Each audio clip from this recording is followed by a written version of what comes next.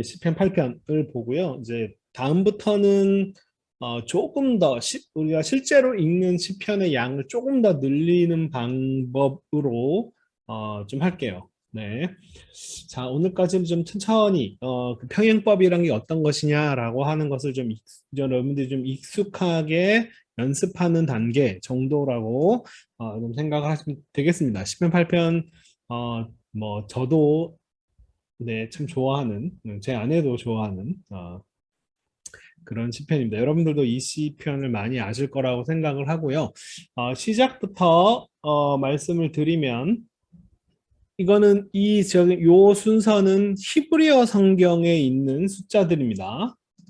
요거는 히브리어 성경에 있는 숫자들이고요.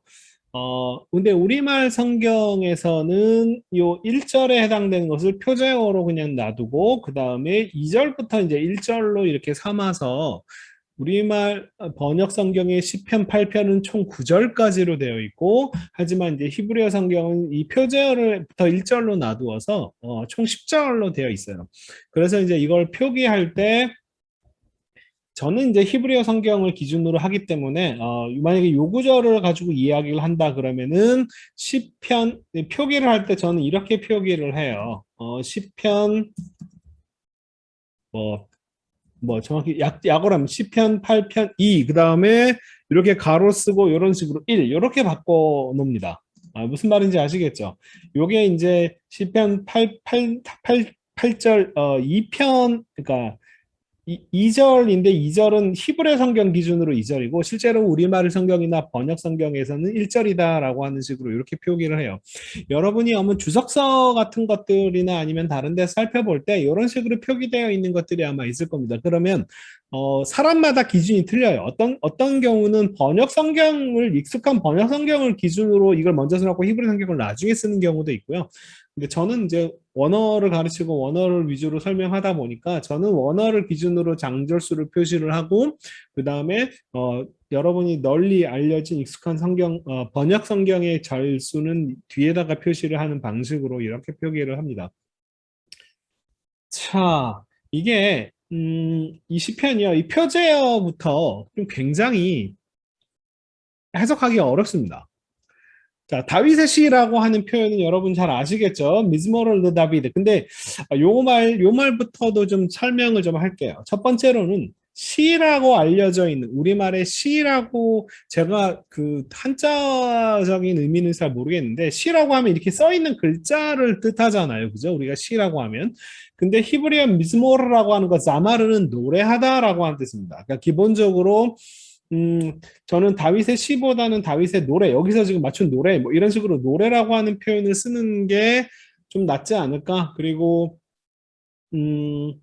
이게 아마도 뭐 이렇게 한 번에 어느 뭐 시인이 앉아가지고 한 번에 글로 이렇게 쭉 썼다기보다는 오랫동안 노래로 불려져 왔던 그러니까 이 노래는 다윗이 만들어 부른 노래입니다라고 옛날부터 알려진 그런 노래들을 이렇게 나중에 글로 이렇게 적어 놓은 그런 형태들일 것이다.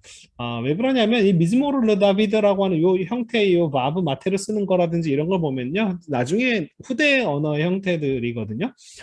뭐 아주 후대는 아니고 대략 한 시기로 따지면은 한 BC 한 5세기에서 4세기경의 히브리어 표기법을 기준으로 지금 이게 표시가 되어 있어요. 그렇다 보니까 아무래도 이게 아주 오랫동안 이렇게 노래로 이렇게 불려져 오다가 어느 순간 이게 글로 표기가 된 것이다라고 해서 그래서 아마 이것을 노래라고 이해를 하는 것이 아마 구전전통, 구전전승이 있다라고 하는 말로 오랫동안 이렇게 불려져 왔다라고 하는 것을 여러분들이 좀 이해하실 때 좀 도움이 될 것 같아요. 시라고 하면은 딱 시인이 딱 글로 한 번에 딱 쓴 것 같잖아요. 그죠? 노래라고 하는 개념으로 이해하는 게 좋겠다. 그 다음에 이 미즈모를 르 다비드 전치사 르가 누구에게 속해 있는 이란 뜻이에요. 다윗의 시. 그러면 현대인의 개념에 있어서는 다윗의 시 그러면 이것은 다윗이 썼다. 저작권 문제. 저자는 다윗이다. 라고 이렇게 바로 생각을 합니다. 이거는 한편으로는 굉장히 현대인의 개념이에요. 저작권 개념이라고 하는 거. 누구가 누구에게 속해 있는 시다라고 한 노래다라고 하는 이 표현은 그러면 그 노래는 무조건 다윗이 써야 돼. 다윗이 만약에 그거를 쓰지 않았으면은 이것은 저자가 불분명해지면 뭔가 신뢰감이 확 떨어지는 거잖아요. 그죠? 근데 이런 식의 저작권 개념은 굉장히 현대인적인 개념입니다. 그 저자라고 하는 이 개념들은 사실은 근대 이후의 개념들이라고 많이들 알려져 있고요. 우리가 다윗의 시라고 하는 표현을 이해할 때 이것이 한편으로는 다윗이 썼다라고 다윗이 이 노래를 처음 불렀다라고 이해하는 것이 절대로 그건 아니다 이런 얘기는 아니에요. 충분히 그럴 가능성이 있습니다만 이 다윗의 노래, 다윗에게 속한 노래라고 하는 표현은 이 후대에 이 시를 계속 읊조리고 읽는 사람들이 이 시를 다윗의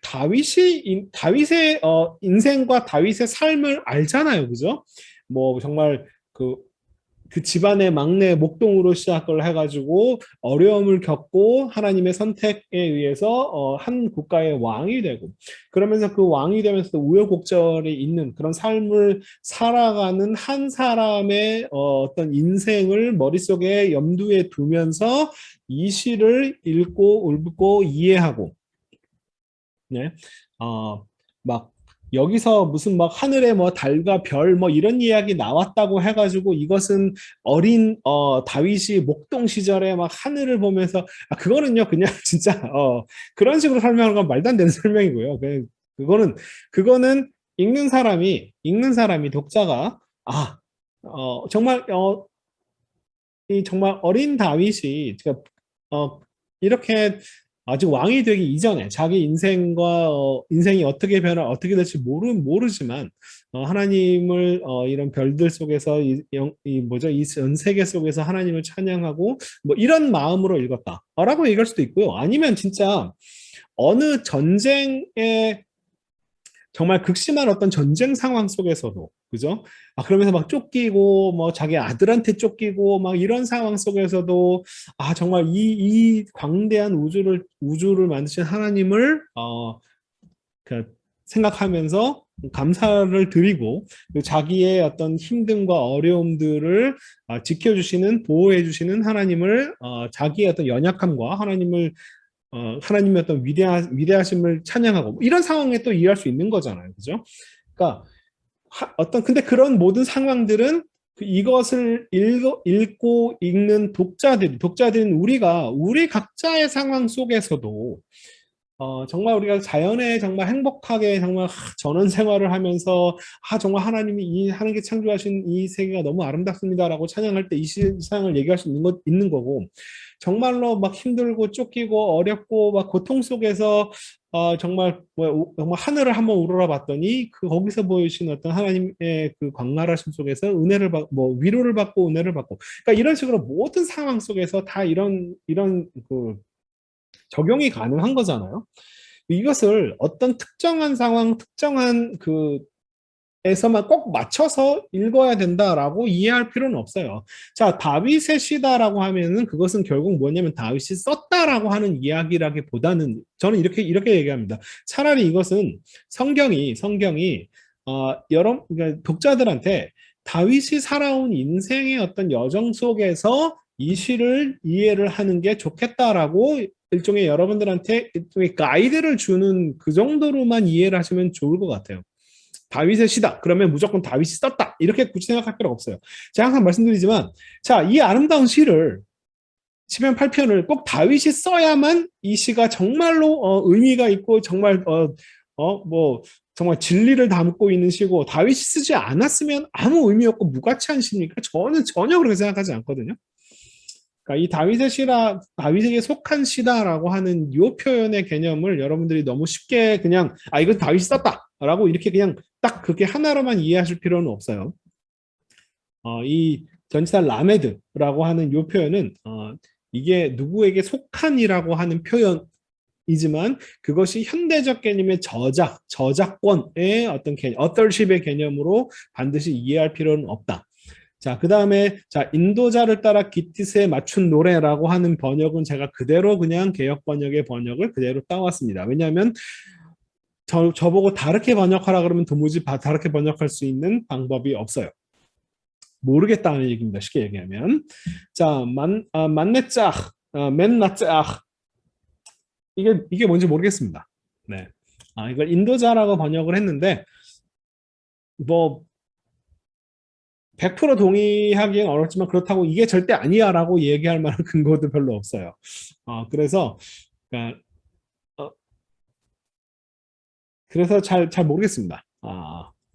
그리고 기티스는 뭐냐? 기티스에 대해서도 제가 여러 가지 설이 있다라고 제가 나눠드린 거기에다가 각주로 달아 놓았죠.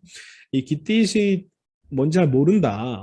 뭐 이게 기티시 이게 기타라고 하는 악기의 어떤 그 가장 원류가 아닐까? 뭐 이렇게 또 이야기하는 사람도 있더라고요. 쓰다 보니까. 그래서 이 어떤 기티시라고 하는 어떤 악기, 기타와 비슷한 악기에 따라서 그런 악기를 사용해서 노래를 하는 것이다.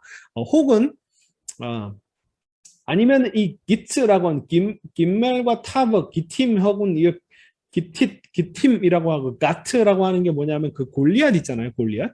그 블레셋이 이제 가드 출신이다, 가트 출신이다라고 하는 표현이 있는 걸로 기억하는데, 그죠? 그 이 지명입니다. 그 블레셋 지역의 어떤 지명과 관련되어 있는 뭐 그 지역에서부터 무슨 노래가 나왔다든지 아니면은 뭐 그 지역에서 나온 어떤 악기를 가리키는 표현인지 뭐 설이 있고 또 아니면은 이 김멜 달렛이 가트라고 하는 단어가 또 포도주를 짜는 그 틀을 가리키는 그런 단어이기도 하거든요. 그러니까 그건 뭐냐면 이 단어가 정확히 뭔지 모르고 이 김멜과 달렛 딱 두 개만 보고 아마 이것은 지명 가드거나 아니면은 그 포도주 트린 가드를 가리킬 것이다라고 이렇게 그냥 연결지어서 설명한 것뿐이지 정확히 기tit 이라고 하는 게 뭔지 아는 사람은 없어요. 네, 없습니다. 그러니까 그냥 다 설들이에요. 여러 가지 그냥 설들이 있을 뿐이다. 다 모른다는 거죠. 그러니까 여기서 지금 표자로 나타나는 다윗의 시라고 하는 표현도 여러분 다양하게 이해될 수 있고 인도자를 따라 이것도 그냥 한 가지 가능한 해석에 불과하지 정확히 이게 뭔지 잘 모른다. 그럼 어떤 거는 인도자를 따라 부르고 어떤 거는 뭐 그런 거 없나요? 글쎄요. 키티에 맞춘 노래다라고 하는 것이 몇 개 더 있습니다. 10편, 8편, 82편, 84편 총 세 가지가 더 있는데 제가 그걸 봤더니 그 세 가지가 양이 그렇게까지 비슷하게 어느 정도 뭐 9절, 뭐 14절, 그러니까 10절, 14절, 13절 뭐 이 정도로 양은 어느 정도 딱 비슷하긴 한데 그렇다고 해서 그걸 갖다가 일일이 다 하나씩 다 뭐 음절이라든지 맞춰서 이게 좀 같은 어떤 양의 노래를 이야기하는 건지 아닌지 조금 명확하지 않아요. 그래서 정확히 기티시라고 부르는 이게 뭔지 정확히 잘 모른다. 그만큼 우리가 성경을 지난 2000년 넘게 연구를 해왔지만 아직까지 모르는 게 많다라고 하는 걸 여러분이 좀 알아두시면 좋겠습니다. 이렇게 깔끔하게 번역이 되어 있지만 이 번역들은 번역자들의 오랜 학자들의 연구와 번역자들의 그냥 판단들이 개입되어 있는 번역이지 정확히 뭔지 모르는 게 참 많다라고 하는 거. 자, 이제 2절이고 그 다음에 여러분 본문의 1절 여호와 우리 주여 주의 이름이 온 땅에 어찌 그리 아름다운지요. 참 멋진 표현입니다. 아도나이 아도네이노. 자, 주님, 우리의 주인님. 자, 당신의 이름이 온 땅이 얼마나 멋지십니까? 저는 이렇게 이제 번역해 아름답다라고 하는 표현이 사실 히브리어 원문으로 따지면 beautiful의 의미라기보다는요. 이 아드르라고 하는 것은 기본적인 어근적인 특징, 어원적인 의미는 두껍다라고 하는 의미에서 왔고요. 두꺼운 거. 제가 말씀드리면 두꺼운 건 좋은 거예요. 얇고 가늘고 이런 게 안 좋은 거지. 두껍고 무겁고 이런 거는 좋은 겁니다. 이 두꺼움이라고 하는 표현으로 굉장히 어떤 막 막 휘황찬란하고 막 멋지고 막 대단하고 굉장하고 그런 걸 나타낼 때 이 아다르라고 하는 단어를 사용합니다. 그러니까 당신의 이름이 얼마나 정말 엄청납니까? 이런 얘기예요. 음, 아름답다라고 하는 표현은 예쁜 번역이고요. 예쁜 번역인데 사실은 이 아데르라고 하는 단어를 충분히 다 나타내기는 좀 어렵다. 라고 생각합니다. 제가 그렇게 이야기하는 이유가 있어요. 자, 메콜하르츠, 온 땅 위에 당신의 이름이 어찌 그리 자, 아름답다보다는 얼마나 엄청납니까? 얼마나 대단합니까? 정도로 이해하는 게 좋아요. 제가 그 이유는 나중에 설명해 드릴게요. 그리고 그 다음에 요 주의 영광이 하늘을 덮었나이다. 저는 이걸 이제 번역을 두 가지로 나눠서 번역했습니다. 당신의 영광을 하늘에 두소서라고 번역을 하거나 혹은 나는 하늘을 향해 당신의 영광을 찬양하기를 원합니다. 자, 이렇게 번역이 두 가지로 갈라지는 이유는 뭐냐면요. 문장이 좀 어렵습니다. 아쉐르라고 하는 관계 대명사가 엉뚱한 자리에 있고요. 아쉐르가 뭘 받는지 다 모르겠어요. 이게 관계사고요.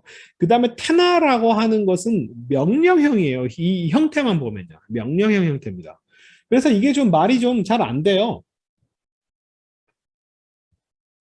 그래서 만약에 이것만 아쉐르는 번역하지 않고 이 당신의 영광을 하늘에 두소서라고 번역은 이 아쉐르라고 하는 관계사를 빼고 번역한 겁니다. 왜냐하면 이걸 도무지 어떻게 처리할 줄 몰라가지고요.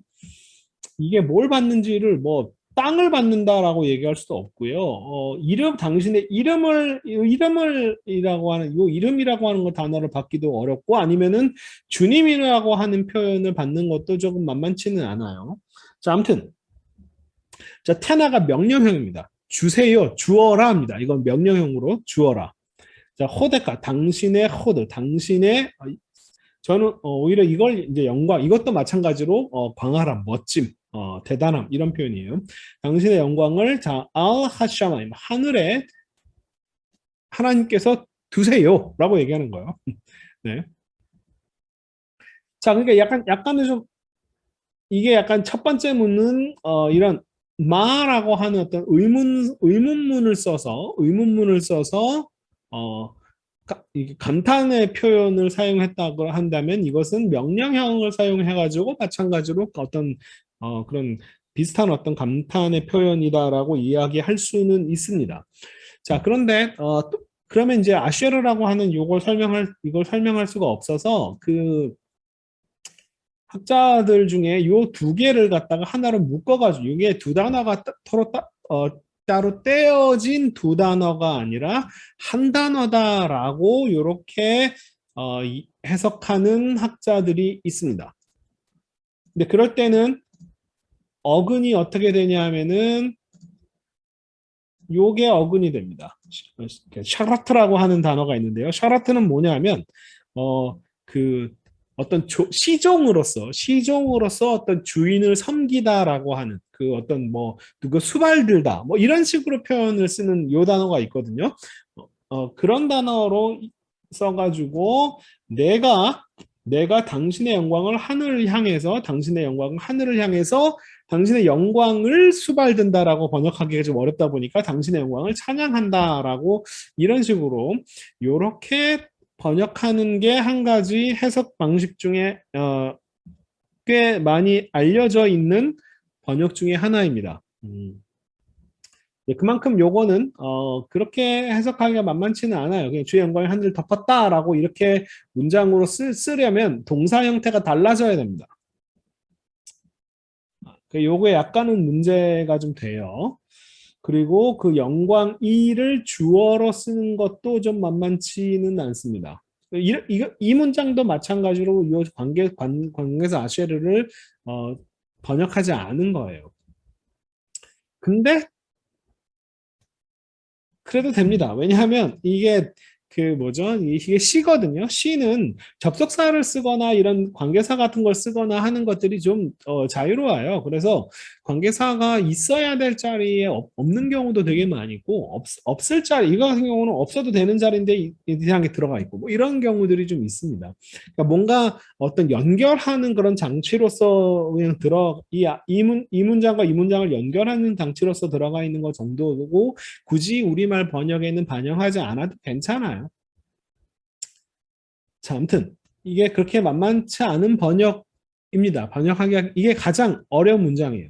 이 시편 8편에서 가장 어려운 문장 하나를 고르라면 사실은 요 우리가 가장 많이 아는, 가장 널리 아는 요건 괜찮은데 주의 영광이 하늘을 덮었다라고 하는 이 표현은 그렇게까지 번역이 깔끔하게 되어 있지는 않습니다. 자, 그 다음 절로 넘어갈게요. 자, 뒤에 대적으로 말미암아 이거는 좀 이상한 번역인데. 네, 대적으로 말미암아 르만 네, 이거를 말미암아라고 번역했어요. 글쎄요. 자, 아무튼 여기서 시작할게요. 자, 실제로 히브리어 문장 여기서도 시작합니다. 어린아이들과 젖먹이들의 입으로부터 시작을 해요. 갓난아기와 젖바는 아이들. 메피올림. 자, 올이라고 하는 단어도 젖을 빨다라고 하는 단어고 왜요 느낌에서 야나크라고 하는 것도 똑같이 젖을 빨다는 뜻이에요. 둘 다 이제 젖을 빨다라고 하는 두 단어가 같이 쓰여 있습니다. 그냥 어린아이 정도가 아니라요. 그냥 어린아이가 아니라 젖바는 갓난쟁이를 얘기하는 표현이에요. 갓난쟁이와 갓 태어난 아기들을 얘기하는 표현입니다. 자, 갓난쟁이의 입에서부터 당신은 당신의 대적자들, 당신을 괴롭히는, 당신과 싸우려고 하는 쪼르레카에 대해서 그 사람에 대항한 힘을 여기서 힘이라고 하는 오즈는 여러 가지 힘들 중에서 특별히 어떤 육체적인 힘을 나타낼 때 많이 쓰이는 표현입니다. 그냥 힘 있잖아요. 뭐 어떤 뭐 사회 경제적 정치적인 그런 능력 파워가 아니라 그냥 힘으로 싸울 때 힘이 제일 중요하잖아요. 그 힘을 얘기하는 표현입니다. 자, 이 구절을 해석할 때 있어서 젖을 빠는 아이의 입에서 애가 막 젖을 빨 때 막 힘으로 엄청난 힘으로 젖을 빠는 뭐 그렇게 상상하시면 저는 약간 잘못 이해하고 있는 것 같다라는 생각이 듭니다. 그렇게 이해하는 게 아니고요. 이게 지금 이 갓난쟁이 젖빤나이라고 하는 표현은 인간 중에서도 그러니까 사람 중에서도 가장 연약한 존재를 나타내는 표현이에요. 히브리어에서 기본적으로 성인이 되기 이전에 그 젊은이들은요, 별로 인간으로 취급하지도 않습니다. 그렇죠? 근데 그 중에서도 어린아이는 가장 힘없고 연약한 존재예요. 뭐 애가 엄마 젖을 뭐 힘있게 빤다고 해서 뭐 그게 얼마나 대단한 힘이겠습니까? 그죠? 그냥 네? 뭐 애가 힘 있어봤자 얼마나 있겠어요. 그러니까 뭐 그냥 엄마한테 저 그만 빨아 물리면 그냥 빠지는 정도밖에 그 정도밖에 안 되는 거죠. 생존을 위한 강력한 힘을 나타낸다라고 하는 것은 한 가지 해석 방법이긴 하지만 저는 이 전반적인 어떤 전체적인 이 시가 이야기하는 개념에서는 이 갓난쟁이 어린아이는 그 어린아이의 뭐 입으로 빠는 어떤 강력한 힘을 나타내는 표현이다라기보다는 그냥 가장 인간 중에서도 가장 연약한 존재인 이 두 요것을 평행 단어로 사용을 했다라고 이해하는 게 보다 더 이 전체적인 그 시에서의 이야기하는 그 틀에 맞다. 제가 지금 뭘 염두에 두고 말씀드리냐면요. 이 시 전체가 하나님의 위대함, 하나님의 광활함, 하나님의 대단함과 인간의 연약함을 굉장히 대비하고 있다라고 하는 거예요. 그거를 여러분이 잘 이해를 하고 전체적인 시적 개념을 이해를 하고 이 표현을 처음부터 당신은 얼마나 대단합니까로 시작을 합니다. 이건 하나님의 위대함을 나타내는 표현이고요. 거기에 대해서 인간은 참 보잘것없는 존재다라고 하는 것을 강조해서 이야기하는 부분이 그것이 이 시의 어떤 주된 그것이기 때문에 여기서 이 어린아이와 젖먹이들이라고 하는 것이 어떤 이게 뭐 젖바는 아이의 그 힘찬 그 막 생명 이런 걸 나타낸다기보다는 아주 연약한 존재를 나타낸 그러니까 그 참 그 어린아이 같은 정말 그 쪽쪽쪽 빠는 것 정도밖에 안 되는 그 힘을 가지고도 하나님께서는 하나님의 대적자들에 대항해서 힘을 나타낼 수 있을 정도로 하나님이 대단하신 분이다라고 하는 그런 표현이다. 라고 생각하시면 되겠습니다. 자,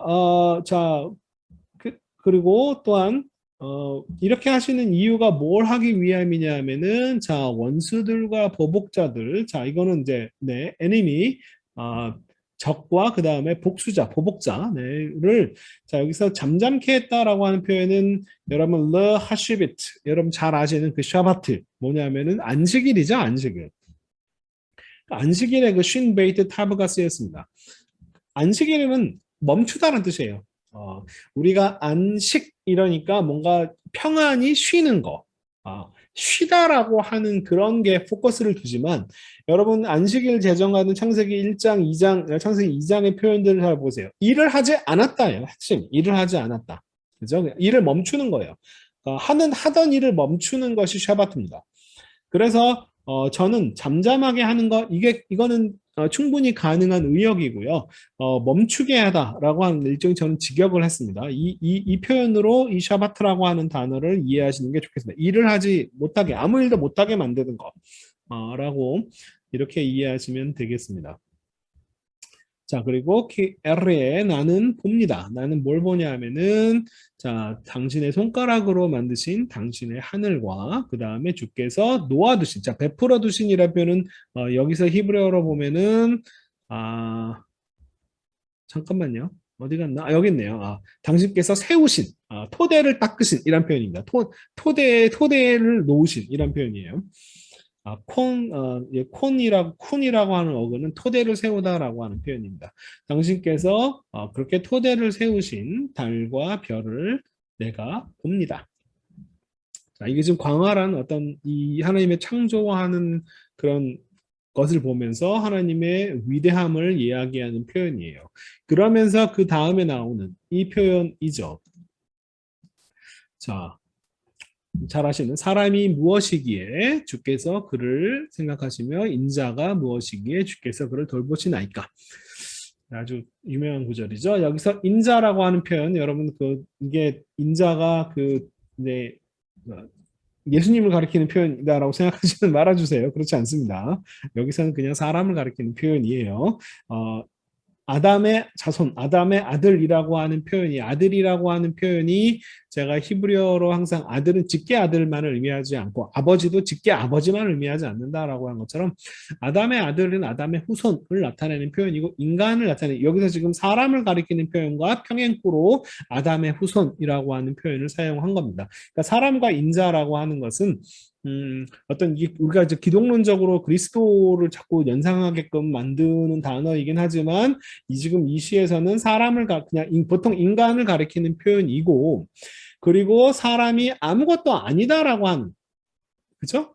이게 지금 뭘 얘기하는 하나님은 대단하고 하나님은 광활하신 분이고 하나님은 약한 어린 아이들의 힘을 가지고도 정말 대적을 무찌를 수 있는 그런 강력한 힘을 만들어내실 수 있는 분이다. 그 거기에 비해서 사람과 사람 인자라고 하는 표현, 사람의 아들, 아담의 후손, 네. 이것은 아무것도 아니다. 그러니까 이건 아무것도 아닌데 주님께서 생각할 만한 가치가, 네, 즉 기억할 만한 자카르는 기억하다라고 하는 단어고요. 셋째 사람이 뭐길래 그걸 기억하실 가치가 있습니까? 가치 없는 존재다. 아담의 후손이 무엇이든 당신을 돌보아주죠. 돌보다라고 하는 번역은 괜찮은 번역입니다. 자, 파카다라고 하는 단어는요. 기본적인 뜻은 만나다, 만나주다, 만나다라는 뜻이고요. 그다음에 돌보다. 그다음에 나중에 이제 임명하다라고 하는 어떤 자리에 임명하다 뭐 이런 식의 의미로도 사용되는 단어인데요. 여기서는 주로 하나님께서 돌봐주시다라고 하는 의미로서 하나님께서 만나주시다, 돌봐주시다. 자, 도대체 인간이 아무것도 아닌 존재인데 당신이 왜 이 그를 만나주십니까? 라고 이야기하는 거죠. 그러니까 그럴 만한 가치 있는 대상이 아니다라고 하는 그런 표현이고요. 그 중에서 특별히 인간이라고 하는 표현을 나타낼 때 에노시라고 하는 단어를 썼다라고 하는 것도 여러분이 좀 알아두실 만해요. 이 단어는요, 어근이 제가 여러분 그 각주에다가도 기억해놨는데 어근이 알레프 눈 쉰입니다. 알레프 눈 쉰의 이 의미는요. 어근적인 의미는 약하다. weak와 그 다음에 부서지기 쉬운 흙을 진흙으로 만들어서 되게 그냥 한번 싹 잘못하면은 우르르 무너져 버리는 이렇게 약하고 그 부서지기 쉬운이라고 하는 어근을 가지고 있는 단어입니다. 아나쉬. 여러분이 그 사람, 남자 혹은 여자, 남편, 아내라고 하는 이쉬, 그 다음에 네, 이샤 이 단어도 다 같은 어근을 취하고 있어요. 이쉬, 이샤. 뭐, 이 노래도 있잖아요. 이씨가 이샤에게 그런 노래 있잖아요. 그게 다, 이 단어가 둘 다 어근이 다 뭐냐면은 알레프 눈쉰이거든요. 연약한 존재. 하나님에 비해서.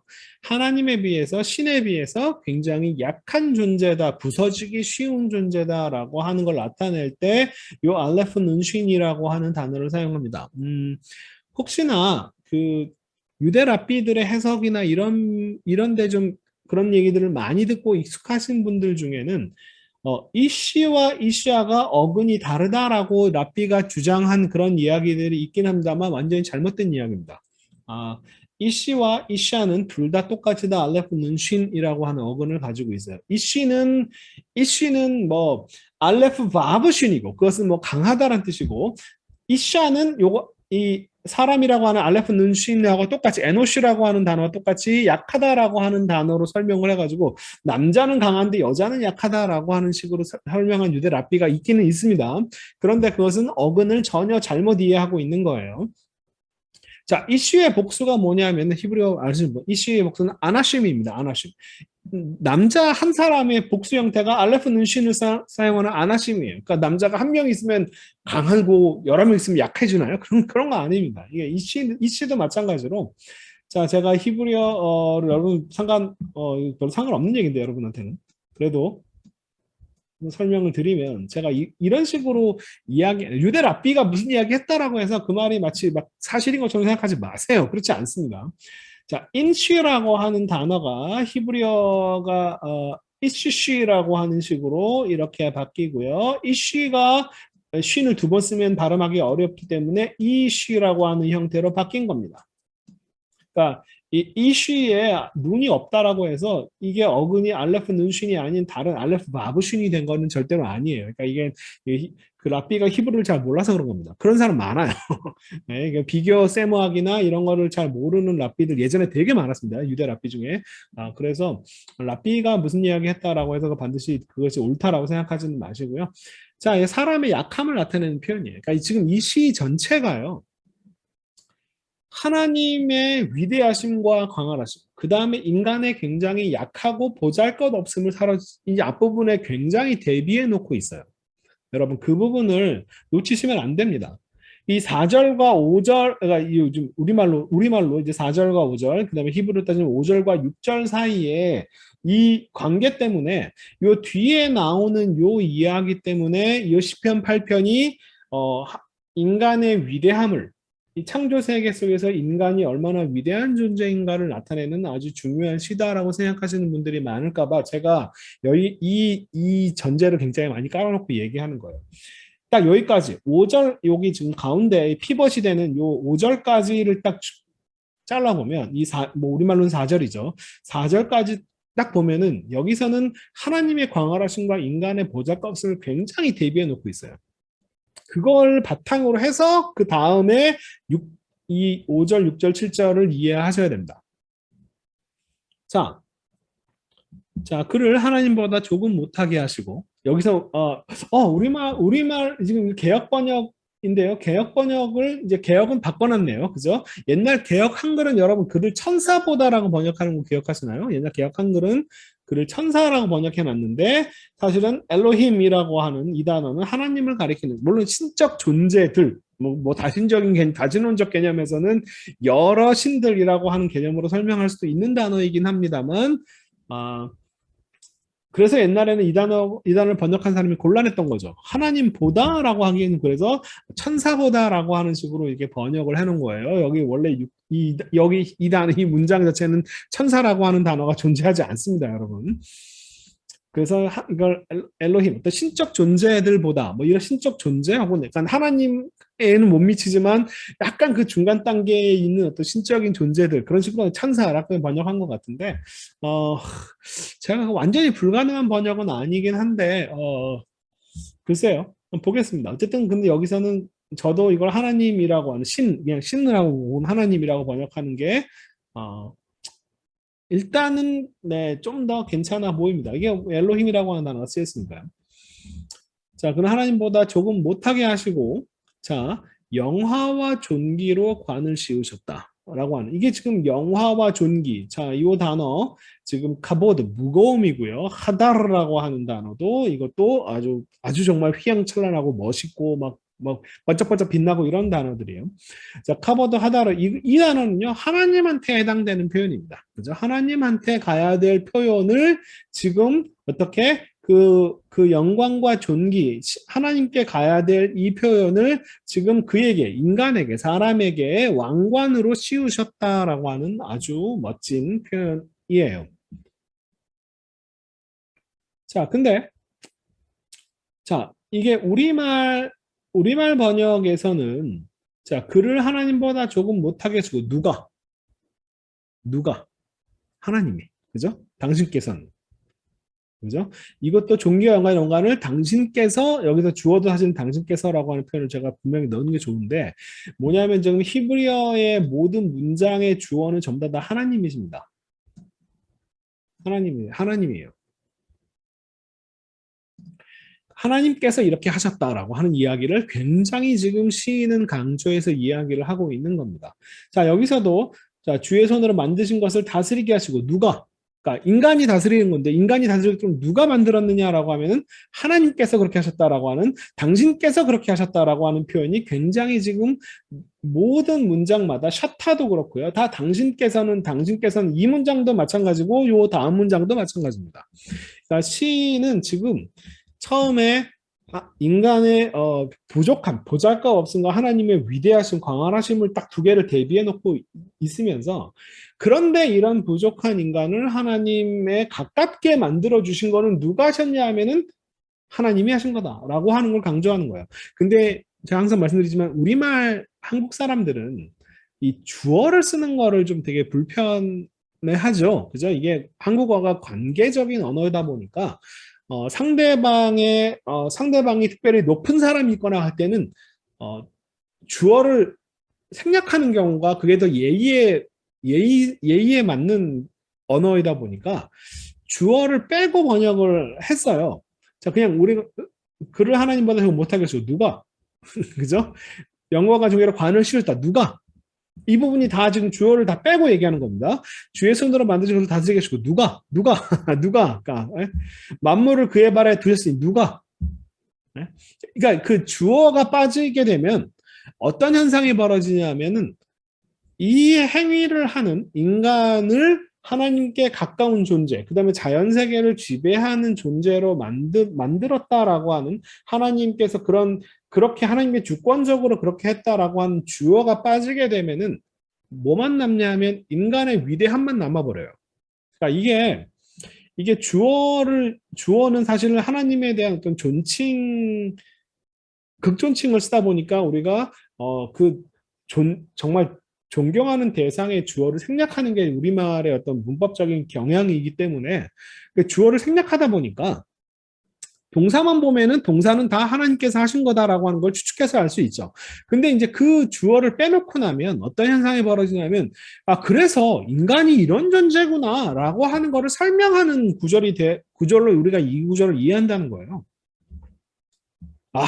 인간이 정말 천사보다 혹은 하나님보다 조금 못한 존재고 인간에게 영광 인간은 정말 영화와 존귀로 왕관을 쓴 존재고 네 그리고 이 하나님께서 창조하신 모든 것을 다 그 하나님 인간의 발 아래 두어가지고 인간이 다 이런 걸 다 다스릴 수 있다. 라고 하는 거를 인간이 얼마나 대단한 존재인가라고 하는 것을 설명하는 구절이 되어버리는데 실제로 이 문장들을 히브리어 문장으로 그 다음에 이걸 사실 제대로 주어를 갖춰서 번역을 하고 이해를 하면요 이 모든 행위의 주체가 전부 다 하나님이다라고 하는 거를 굉장히 강조해서 이 시인은 이야기하고 있다라고 하는 걸 여러분 이거를 놓치시면 안 돼요.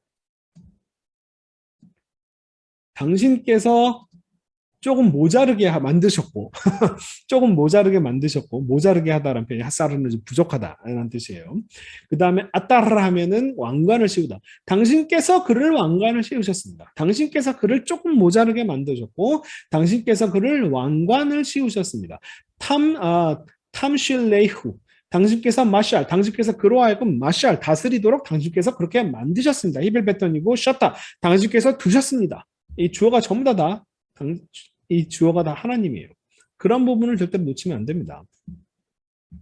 자, 주의 손으로 만드실 것을 다스리게 하시고, 그러니까 이것도 뭐예요? 당신의 손으로 만드신 것들. 중요한 건 뭐냐면 이 창조물은 당신께서 만드신 거고, 그 다음에 인간으로 하여금 그 당신께서 만드신 것을 다 다스리도록 만든 것도 하나님이시다. 라고 하는 거를 굉장히 하나님의 어떤 주권, 하나님의 주체성이라고 하는 걸 굉장히 강조해서 인간은 정말 기억할 만한 가치도 없고 돌아볼 만한 가치도 없는 정말 별 볼 일 없는 마치 여기 맨 처음에 나오는 이 젖바는 어린아이 같은 그 정도밖에 안 되는 그런 존재임에도 불구하고 그 다음에 이렇게 에너시 아주 정말 약하고 부서지기 쉬운 연약한 존재임에도 불구하고 그런 별 볼 일 없는 존재를 이렇게 하나님의 근처까지 가깝게 만드는 것은 오로지 하나님의 주권적인 결정이다. 하나님께서 이렇게 하신 거다라고 하는 것을 굉장히 강조해서 이야기하고 있는 거예요. 그러니까 그 주어를 생략하다 보니까 이 시 전체가 인간이 얼마나 위대한 존재인가를 설명하는 구절이 되어버리는데 저는 오히려 그렇게 이해하면 일단 첫 번째 5절까지를 요 4절까지를 안 읽은 게 돼버리고요. 그 다음에 지금 요 주어가 왜 저는 우리말 어법 때문에 주어가 생략됐다고 생각을 하는데 여기 시브리어 시에서 보면은 하나님의 주체성이 굉장히 크게 드러나고 있다라고 하는 걸 절대로 놓치시면 안 됩니다. 전부 다 주어가 다 하나님 당신께서 하셨다, 당신께서 하셨다라고 하는 걸 굉장히 강조해서 얘기하는 것입니다. 자, 그래서 요 표현들을 보시면은 그 하나님께서 만드신 것들의 이제 예들이죠. 하나님께서 만드신 자연 세계들을 창조 세계를 얘기하는데 자. 여기서 소와 양과 등심 위치를 뒤바꿨는데 사실은 양이 먼저입니다. 네, 양이 먼저고요. 초네라고 하는 단어, 양 염소 때 요 단어를 딱 보는 순간 이거는 좀 후대 히브리어다라고 제가 이렇게 느꼈던 게 여기 알레프가 빠져 있거든요. 그런 게 알레프를 빠뜨려서 쓰는 방식이 그 알레프가 완전히 무금화된 상태. 사실 사회문서 정도 에서 이런 형태로 많이 등장을 하거든요. 그러니까 이것만 보면 좀 오래된 형태고 알라핌이라고 하는 단어도 여러분 그 소를 나타내는데 원래 우리가 히브리어인 첫 자음을 알레프라고 하잖아요. 알레프. 그러니까 알레프라고 하는 이름이 어디서 왔냐면 그게 알프라고 하는 단어가 이건 페니키아어로 히브리어라기보다는 어쨌든 페니키아어로 소라고 하는 그런 단어예요. 여기서부터 이제 알레프라고 하는 단어가 나온 거예요. 근데 이게 원래 요게 그러니까 소 모양 이런 식으로 요렇게 이제 소 머리 모양을 이렇게 간단하게 그릴 수가 있고요. 요것이 이제 뭐죠? 그 히브리어 돌판에 새겨진 히브리어 모양은 요 형태로 90도가 꺾어집니다. 그 다음에 요것이 이제 그리스 로마로 건너가 가지고 영어의 A자가 되는 거죠. 네, 다시 또 90도 꺾어가지고. 근데 사실은 히브리어에서의 엘레프라고 하는 단어는요, 원래 소를 가리키는 보다는 숫자 1000을 가리키는, 숫자 1000을 가리키는, 1000만 할 때 그 1000이요. 그걸 가리키는 단어로 더 많이 쓰이고요. 이 엘레프라고 하는 단어가 소라고 하는 의미로는 사실 많이 쓰이지 않아요. 요것도 저는 약간은 후대에 그러니까 이게 그 좀 이렇게 다른 언어에서 사용되는 이 소라고 하는 의미가 히브리어로 나중에 이렇게 들어왔다라고 생각을 하는데 어쨌든 그건 뭐 그냥 추정일 뿐이고요. 그래서 이 단어를 왜냐하면 바까르라고 하는 단어가 아주 흔하게 쓰는 단어가 있거든요. 그걸 사용하지 않은 것도 굉장히 독특합니다. 그냥 촌과 바까르를 쓰면 되거든요. 그게 가장 흔하게 쓰인 산문에서 가장 흔하게 쓰이는 어, 집에서 기르는 집에서 기르는 작은 동물들, 양과 염소를 촌이라고 이야기를 하고요. 그 다음에 그보다 좀 더 큰 거를 마카르라고 하는데 그걸 안 쓰고 알라핌이라고 쓰는 것도 약간은 좀 특이한 패턴이고요. 못 쓰는 건 아닌데. 그 다음에 야생 동물을 가리킬 때도 이 베헤모트 샤타이라고 하는 것도 굉장히 좀 특이합니다. 이거를 샷다이라고 쓴 것도 좀 웃기네요. 아, 이거 샷다이가 됐네. 쌀에 샷다이. 네, 이것도 좀 특이하네요. 음. 음. 이거 야생동물이 아닌가? 언덕 위의 가축들이라고 번역하는 것도 한 가지 방법 중에 하나겠네요. 쉬었다.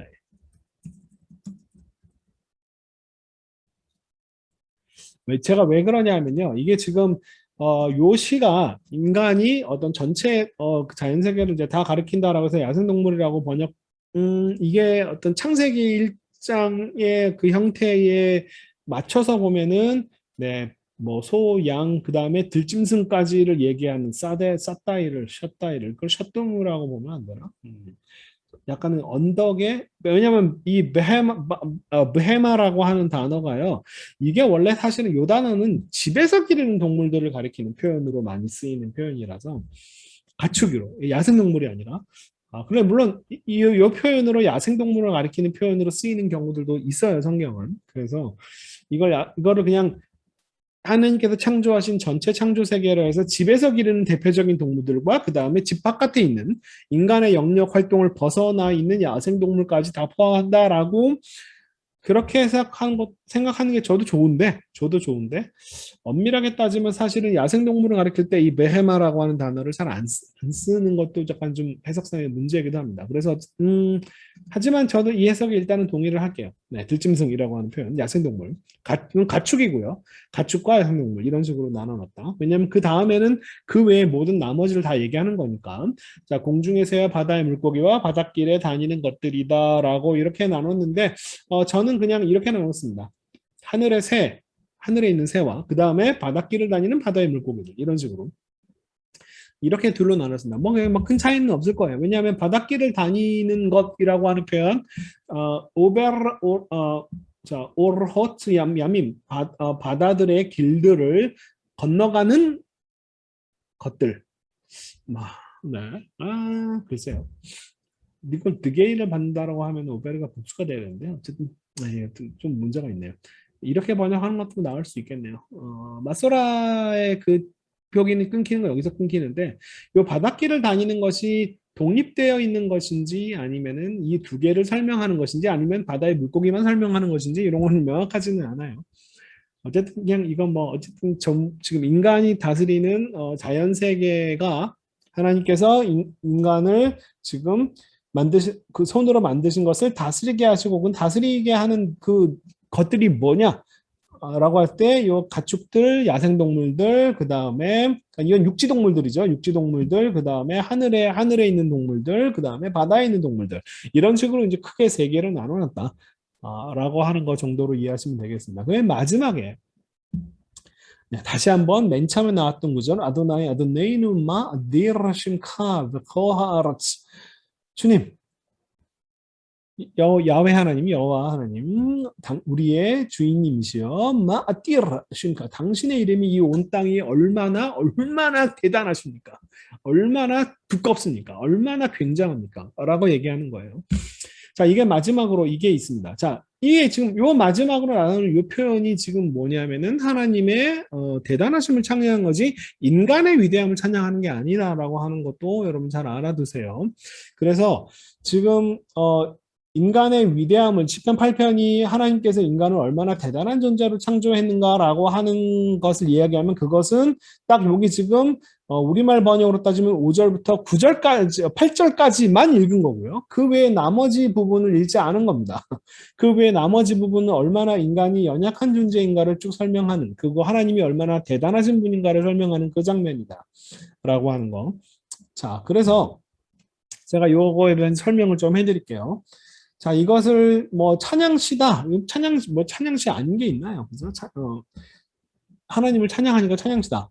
라고 이렇게 이야기하면서 이 WBC 주석에 이런 표현을 써요. 시편 8편은 일반적인 관점을 볼 땐 찬양시다. 그러나 좀 더 정확하게는 창조의 시로 분류될 수 있다. 네. 창조의 시면 무슨 시인가요? 그러나 이 시는 그 형식과 내용에 따라 분류하려는 어떠한 시도도 거부하는 특성을 가지고 있다. 어떤 틀에 맞추기가 좀 어렵다라고 하는 표현이죠. 사실상 만학자도 이 시의 다양한 양식이 혼합되어 있다는 것을 주목하고 그 속에 찬미가적인 요소, 지혜문학적 요소 그리고 애가와 유사한 부분도 있다고 주겠다. 그러니까 단어들 뭐 사용하는 거 비교하고 뭐 이런 거 정도인데 저는 어느 학자가 이렇게 지혜문학적 요소가 있다라고 이렇게 이야기했는지 잘 모르겠는데요. 지금 이 논문을 안 읽어봐서. 근데 저는 이거는 아주 전형적인 지혜시입니다. 제가 모든 시편은 지혜시다라고 이야기를 거의 지금 제가 원래 사실은 이 강의의 제목을 사실은 지혜로 읽는 시편이라고 하는 제목을 사실은 쓰려고 했었어요. 그런데 이거는 제가 그냥 했던 가설이었거든요. 이 시편을 지혜 장르로 읽는 것이 과연 제가 이거는 제가 혼자 생각하는 가설 뭐 이건 저 혼자 생각은 아니라 그렇게 주장하는 학자들도 꽤 있습니다. 시편도 지혜 장르에 속해 있다라고 주장하는 사람들이 있어요. 근데 제가 뭐 일일이 시편 하나하나들을 다 연구해 본 게 아니기 때문에 저는 그냥 평행법으로 이거는 형식에 대한 거니까 내용에 대한 게 아니라 형식적으로 평행법으로 읽는 시편이라고 얘기했지만 사실은 제 속으로는 이 강의의 전반적인 주제를 저는 잠언 욥기 전도서와 같은 지혜의 장르로서 이 시편을 읽는 게 맞다라고 생각을 하고 그 가설을 사실은 제가 그냥 이 수업을 통해서 이렇게 한 가지씩 대비해 보는 건데 정확하게 이거 들어맞아요. 자, 하나님의 위대하심과 인간의 약함 이 사이를 대조해서 설명을 하고 있습니다. 이 주제는요. 규범적 지혜인 잠언. 자, 반성적 지혜. 혹시 이 지금 강의를 듣는 사람 중에 규범적 지혜, 반성적 지혜라고 하는 말을 처음 들어보신 분이 계시면 그럼 제 책을 안 읽었다는 얘기죠. 네, 얼른 가서 사보십시오. 네, 네, 지혜란 무엇인가라고 하는 위대한 책이 있습니다. 그 책에서 나오는 이야기니까요. 네, 규범적 지혜, 반성적 지혜라고 하는 개념들을 좀 이해하시고, 뭐 그건 굳이 책을 안 사보셔도 제가 뭐 온라인 강의나 뭐 이런 걸로 검색해 보면 많이 나오니까요. 제가 얘기한 것들 중에 그런 것 통해서라도 좀 기본 지식을 아셨으면 좋겠고요. 자, 규범적 지혜에서는 이 둘 사이에 대조하는 건 둘 다 드러나지만 사실은 반성적 지혜, 욥기나 전도서에서 훨씬 더 인간과 하나님의 거리를 훨씬 더 멀게 놔둡니다. 여기서 훨씬 더 극명하게 대조돼요. 왜냐하면 이 규범적 지혜는 하나님께서 만드신 규범을 인간이 알 수 있다라고 얘기하는 하나님께서 인간으로 하여금 하나님께서 만드신 창조 규범들을 이해할 수 있도록 하나님께서 알려주신다. 라고 하는 인간과 하나님 사이의 소통을 훨씬 더 강조해서 얘기하지만 반성적 지혜에서는 훨씬 더 반대. 인간은 하나님께서 어떻게 활동하시는지 모르는 아주 보잘것없는 존재다라고 하는 것을 훨씬 더 강조해서 얘기하는 게 반성적 지혜다라고 얘기하는데 이 시편에서 처음에 하나님의 위대하심과 인간의 약함을 대조하는 측면. 그래서 이 두 개에 다 걸리는 이야기입니다.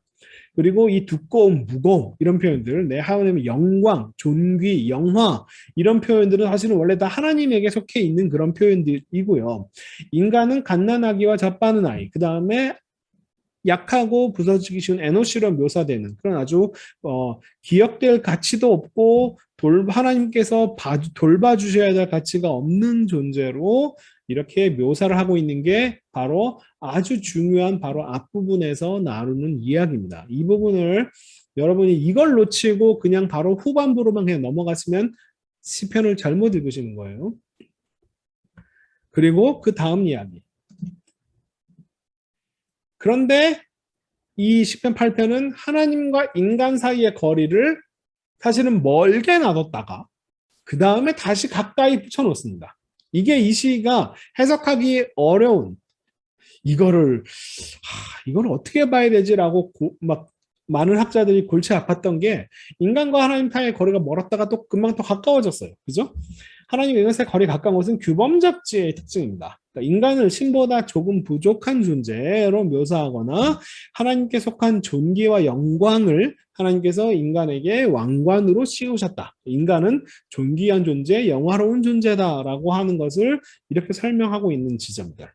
그 다음에 인간을 자연 세계를 다스리는 자로 묘사하고 있는 점에서 창세기 1장 26절, 28절을 연상시키는 것은 사실입니다. 그렇죠?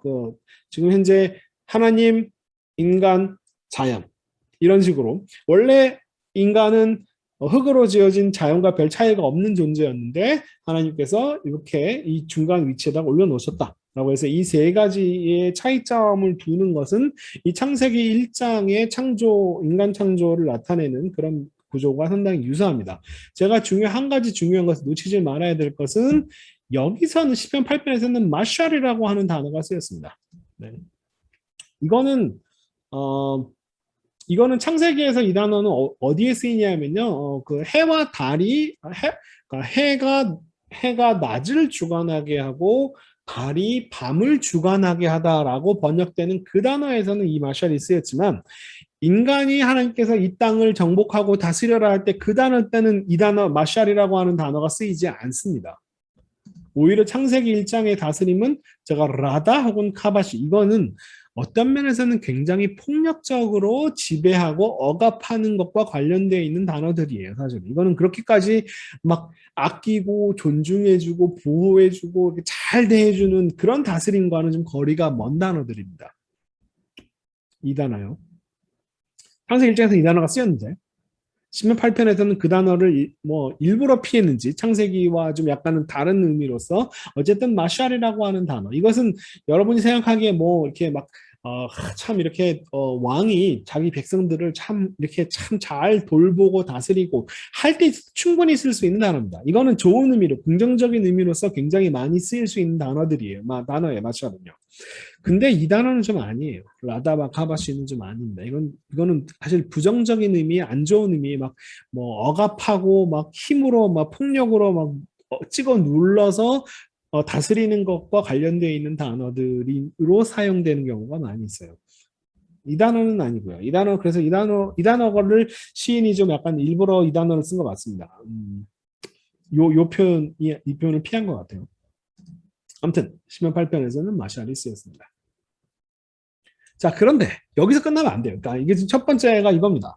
첫 번째가 하나님이 임대하신 인간의 약함을 대조해 놓고 그 다음에 B가 인간과 하나님 사이의 거리를 갑자기 가깝게 해놨어요. 그렇다고 이 주제가 그러면 이게 이 시편 8편의 주제냐라고 물으면 전혀 아니에요. 저는 전혀 그렇게 생각하지 않는 게 뭐냐면 시편 8편은 하나님과 인간 사이의 간격이 좁아진 것은 철저히 하나님의 주체적 행위다라고 하는 것을 이 부분을 강조하는 것이다. 이게 시편 8편의 핵심이다. 라고 강조해서 말씀드리고 싶어요. 젖바는 유아의 입이 젖을 바는 강력한 유아의 어린아이가 힘이 있으면 정말 얼마나 힘이 있겠나요? 오히려 가장 힘없는 존재를 묘사할 때 갓난쟁이 젖바는 아이를 나타내는 것이고요. 그 가장 이런 인간이 갖고 있는 인간 중에서도 가장 연약한 존재가 가지고 있는 그 힘으로도 강력한 힘을 낼 수 있는 하나님의 능력이 강조되고 있는 부분으로 이해하는 게 좋겠고 그리고 가장 중요한 거 인간과 하나님 사이의 간격이 좁아지는 요거 5절과 7절은 이게 히브리어 문장의 주어인가요? 아니면은 제가 우리말 문장의 주어를 썼나요? 6절, 7절. 네, 요거 히브리어 단어죠. 우리말로는 5절과 6절입니다. 5절과 6절의 모든 주어는 다 하나님이고 그 부분이 강조되고 있는 거예요. 이거를 5절, 7절의 주어는 모두 하나님입니다. 존칭의 상대, 우리말에서는 존칭의 상대에게 주어를 생략하는 것이 예의여서 누가 했다라고 하는 당신께서는 하셨다라고 하는 표현을 자꾸 빼다 보니까 우리 행위의 주체가 하나님이라는 사실이 주어 생략을 통해서 잘 안 보이면요. 나머지가 뭐냐면 인간의 위대함만 남게 돼요. 그러니까 이 시가 인간의 위대함을 찬양하는 것이다. 전혀 그렇지 않습니다. 저는 그렇게 생각하지 않고요. 자, 시편 8편은 자연 세계 속에서 인간이 얼마나 위대한 존재인지를 알리는 것이 목적이 아니다. 오히려 앞부분에서 이야기하는 전반부에서 얘기하는 인간의 굉장히 보잘것없음, 그리고 그런 보잘것없는 인간을 창조 세계를 다스리는 위대한 존재로 만든 하나님이 위대하다라고 하는 것을 나타내는, 그리고 그래서 처음부터 이 시의 맨 처음부터 끝에가 하나님 당신이 얼마나 위대하십니까? 얼마나 당신이 멋지시고 얼마나 대단하십니까? 라고 하는 식으로 시작하고 끝나는, 이것이 인간의 위대함을 나타내는 것이 아니라 하나님을 찬양하는 것이 목적이다. 라고 하는 것. 이게 신명 8편을 제가 읽어내는 지혜의 시각, 지혜 장르의 시각으로 읽으면요. 시가 이렇게 보입니다. 저는 자꾸 엉뚱하게 이게 저는 저기 뭐죠? 이 양식 비평에서 얘기하는 게 정말 되게 웃겨요. 얘기하는 게. 예를 들면 뭐 왕의, 그러니까 예를 들면 이게 뭐 왕관을 씌웠다. 그러니까 이건 왕에 관련된 것이고, 왕에 관련돼 있으면은 이스라엘의 왕권이 가장 강화된 그런 뭐 다윗, 뭐 솔로몬 혹은 뭐 그런 뭐 그런 시대의 배경일 것이다. 자, 이거 다 말도 안 되는 얘기고 그냥 정말 추정에 불과한 거예요. 저는 그런 양식 비평에서 그런 식으로 설명하고 얘기하는, 소위 말하는 삶의 자리 뭐 이런 식으로 설명하는 그런 것들이 저는 진짜 저는 별로 납득이 전혀 되지 않습니다. 그리고 학문적으로도 방법론적으로도 그렇게 훌륭한 방법이라고 생각하지 않아요. 그런데 이런 양식적인 비평이 아니라 그냥 딱 그 지혜 장르에서 다루는, 지혜 장르는 무엇이냐? 하나님은 어떤 존재고 인간은 어떤 존재고 하나님과 인간 사이의 관계는 어떠해야 되고 인간이 하나님께서 창조하신 이 자연 세계와 어떤 관계를 맺어야 하는가를 설명하는 게 지혜 장르거든요. 그 지혜 장르의 입장에서 이 시편을 읽어보면 이 모든 게 정확하게 지혜 장르가 이야기하는 것을 정확하게 반영하고 있다. 라고 이게 지금 지혜 장르로서 시편을 읽는 게 언제까지 가능할지는 모르겠어요. 한번 계속 해보려고요. 억지로 끼워 맞출 생각은 없습니다. 근데 이렇게 이 지혜의 관점에서 시편을 읽으면 훨씬 더 시편이 더 잘 읽히는 것 같아요. 자, 아무튼 여기까지 이 시편 8편에 대한 설명이었습니다. 이거는요, 제가 그냥 이 얘기를 할까 말까 고민하는데, 이거 얘가 한번 나와가지고, 자, 이게 히브리어 그 운문에서는요, 서로 흔하게 엮어 쓰는 단어들이 계속 반복돼서 많이 나타나요. 서로 비슷하거나 아니면 반대되는 그런 짝을 맞춰서 쓰거나 아니면 전체와 부분은 한 가지 커다란 전체 혹은 그걸 대표하는 대표성을 나타내거나. 자, 메리즘이라고도 영어로 메리즘이라고 설명하기도 하고, 메리스무스 또는 독일어식으로 발음했을 때 메리스무스 혹은 헨다이아디스라고 하는 이런 식의 형태들이 있는데, 우리가 여기서 나온 것 중에는 예를 들면 이거죠. 자, 대조, 동의성경이나 방위성경 오죠. 자, 땅, 진흙 이런 거는 비슷한 표현이잖아요. 진흙, 땅 이런 거. 그 다음에 전체와 부분, 유다와 예루살렘. 유다는 전체를 나타내고 예루살렘은 한 부분을 나타내죠. 근데 부분이 전체를 대표하는 부분이죠. 그냥 부분이 아니라 예루살렘이 유다 전체를 대표하는 거죠. 그래서 이렇게 전체와 부분으로 나누는 것이 하나의 단어로 짝을 이루고 있고. 자, 메리스무스라고 하는 건 뭐냐면요. 전체를 반으로 딱 쪼개가지고 이만큼 그걸 통해서 전체를 나타내는 거예요. 자, 하늘과 땅과 하늘과 땅은 반대되는 표현인가요? 그렇게 볼 수도 있죠. 하늘과 땅을 반대되는 개념으로 본다기보다는 하나님께서 창조하신 창조 세계를 하늘과 땅이라고 하는 걸 전체 세계를 나타내는 표현으로 보고 전체 세계를 땅, 하늘로 나누는 거죠. 우리가 지금 여기 요 시에서 맨 처음에 나오는 주의 이름이 온 땅에 그리고 주의 영광이 하늘을 덮었다라고 하는 표현은 땅과 하늘이라고 하는 표현이 뭐 이름은 땅에 계시고 뭐 영광은 하늘에 계시고 이런 식으로 둘로 나눠놓은 게 아니라 이름과 영광이라고 하는 것은 서로 비슷한 개념이고요. 그런 개념이고 하나님이 얼마나 멋지신 분인가라고 하는 걸 나타내는 표현이고 온 땅과 하늘이라고 하는 건 뭐는 땅에 있고 뭐는 하늘에 있고 이런 식으로 나누는 게 아니라 이거 온 전체 세계를 전체 이 전체 세계를 둘로 나눠서 하나하나씩 설명한 것이다. 그러니까 결국 이건 이 두 개를 합쳐서 전체를 나타내는 하나님의 이름과 하나님의 영광이 온 세계, 온 전체에 다 있다라고 하는 걸 나타내는 표현이다. 이런 것을 바로 메리즘 혹은 영어로 메리스무스라고 이야기를 합니다. 그 다음에 이거 헨 디아 디스 영어로는 이제 헨 다이어디스라고 발음하는데 헨 다이어디스는 뭐냐면은 그리스어로 헨은 하나를 나타내고 디아는 두 개입니다. 그러니까 두 개가 합쳐져서 하나를 나타내는 표현이에요. 자, 하세드와 에메트라고 하는 표현을 인자와 진리로 번역하는 것은 전혀 좋은 번역이 아니다. 제가 계속 강조해서 이야기하는 것 중에 하나인데 헤세드와 에메트는 둘 다 똑같이 흔들림이 없다, 확고하다, 변함없다, 불변하다 같은 걸 나타내는 표현으로 보는 게 좋다. 둘이 분리되지 않고 하나의 의미를 이룬다 라고 하는 거예요.